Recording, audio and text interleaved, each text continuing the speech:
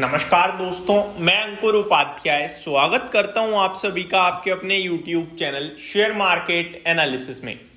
दोस्तों, आज दिन के दौरान मैंने यस बैंक के रिजल्ट शेयर करे, उसके बाद आप सभी के साथ आईसीआईसीआई बैंक के नंबर शेयर करे एंड दोनों बैंकों के रिजल्ट्स ऑलमोस्ट पॉजिटिव साइड पे थे। यहां आपके साथ शेयर कर रहा हूं आईडीएफसी फर्स्ट बैंक के नंबर्स। अगर नंबर्स को फ्रंट फुट से देखेंगे तो काफी ज्यादा नेगेटिव लगेंगे। फॉर एग्जांपल, कंपनी का नेट प्रॉफिट 53% घटता हुआ दिख रहा है, लगभग 716 करोड़ से घटकर 339 यानी 339 करोड़ पे आ रहा है ईयर ऑन ईयर बेसिस पे। एंड सीक्वेंसली लगभग 69% बढ़ा है 201 करोड़ रुपीज से 339 करोड़ पे। तो ये हेडलाइन है कंपनी की, जहां पे प्रॉफिट 53% घटता हुआ दिख रहा है साल दर साल एंड क्वार्टर ऑन क्वार्टर लगभग 70% जंप भी आई है। नेक्स्ट है ऑपरेटिंग प्रॉफिट, ये साल दर साल 13% बढ़ा है। और 9 महीने की बात करें अगर कोर प्रॉफिट की एक्सक्लूडिंग ट्रेडिंग गेन्स, तो ये करीब year on year basis 23.9% up है। अब अगर बैंक ऑब्वियस है, बैंकिंग कंपनी है तो बहुत कुछ होगा शेयर करने के लिए मेरे पास, और चीजें शेयर करूं मैं तो एक एक करके चीजें डिस्कस करता हूं। सबसे पहले कस्टमर डिपॉजिट्स 28.8% बढ़ते हुए दिखे हैं ईयर ऑन ईयर, जहां पे 1,76,481 करोड़ से बढ़कर 2,27,316 करोड़ हो गए हैं। रिटेल डिपॉजिट्स 29.6% बढ़े हैं ईयर ऑन ईयर, 1,39,431 करोड़ से 1,80,752 करोड़ होते हुए दिख रहे हैं। कासा रेशो, कासा डिपॉजिट 32.3% पे आ गया है साल दर साल, लगभग 85,492 करोड़ से बढ़कर 1,13,078 करोड़ पे। और कासा रेशो, कासा डिपॉजिट बताया अभी मैंने जो 32% बढ़ा है, कासा डिपॉजिट यानी कि करंट अकाउंट सेविंग अकाउंट्स का जो डिपॉजिट है उसका अमाउंट बढ़कर हो गया है लगभग 1,13,078 करोड़ रुपए। और कासा रेशो जो है वो आपका हो गया है 47.7%, जो कि बहुत अच्छा माना जाना चाहिए। Retail deposit 80% of total customer deposits, तो रिटेल के जो कंपनी के पास टोटल डिपॉजिट्स हैं उसमें 80% करीब रिटेल का डिपॉजिट है। कॉस्ट ऑफ फंड्स देखा जाए तो वो हल्का बढ़ता हुआ दिख रहा है, जो कि नेगेटिव बट हल्का ही जंप है।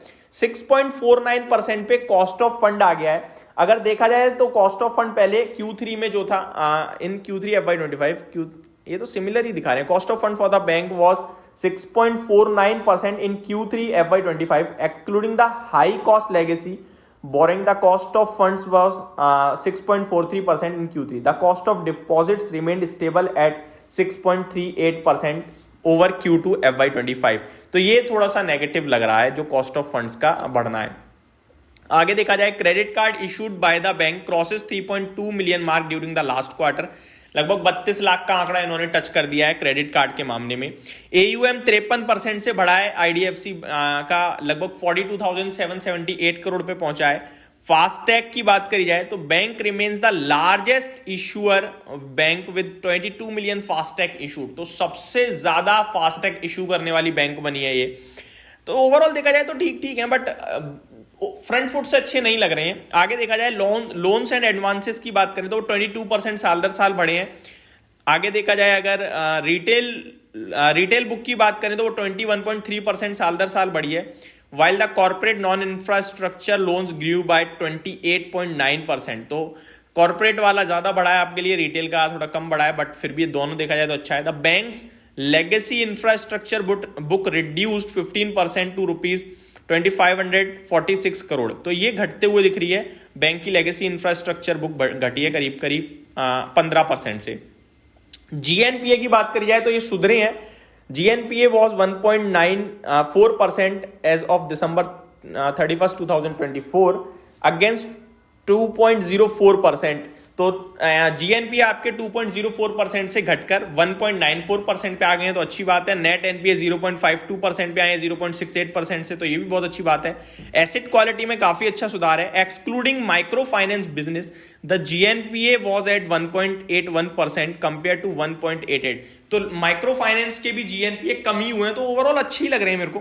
Gross NPA of the retail rural MSME की बात करी जाए तो वो 1.63% पे रहे हैं 1.45% से बढ़कर, तो ये आपके लिए थोड़ा सा बढ़ गया है जीएनपीए रूरल का एंड एमएसएमई फाइनेंस का, तो ये थोड़ा सा खराब दिख रहा है। नेट एनपीए देखा जाए तो 0.59% पे आ गया है 0.51% से बढ़कर, तो ये भी थोड़ा सा खराब दिख रहा है। यानी कि पॉइंट टू पॉइंट अगर आप देखोगे तो वो थोड़े कम हुए हैं, लेकिन ओवरऑल देखोगे तो वो खराब हो गया है। बैंक के नंबर्स अगर आप इनलाइन पूछोगे मेरे से कि कैसे कैसे नहीं, तो स्लाइटली आपको नेगेटिव लग सकते हैं, बट आई थिंक बाजार इसको ज्यादा गिराना नहीं चाहिए नंबर्स के बाद। डिपॉजिट कासा रेशियो देखा जाए तो वो ठीक है, एसेट क्वालिटी ज्यादा खराब नहीं दिख रही है। स्टॉक 62 रुपीज पे है, ऑलरेडी काफी टूटा हुआ है, टेक्निकली खराब है लेकिन बड़े सपोर्ट पे है। 55 से 54-55 रुपए का एक बड़ा सपोर्ट दिख रहा है स्टॉक में, मुझे नहीं लगता कि वो लेवल ब्रेक करना चाहिए। अगर वो ब्रेक हो गया तो फिर बहुत बड़ी फॉल आएगी। तो जिसके पास है या जो भी लेने के बारे में सोच रहा है 55 का स्ट्रिक्ट एसएल लगा के आप स्टॉक में बने रह सकते हैं। Thank you so much for watching this video, have a great day guys.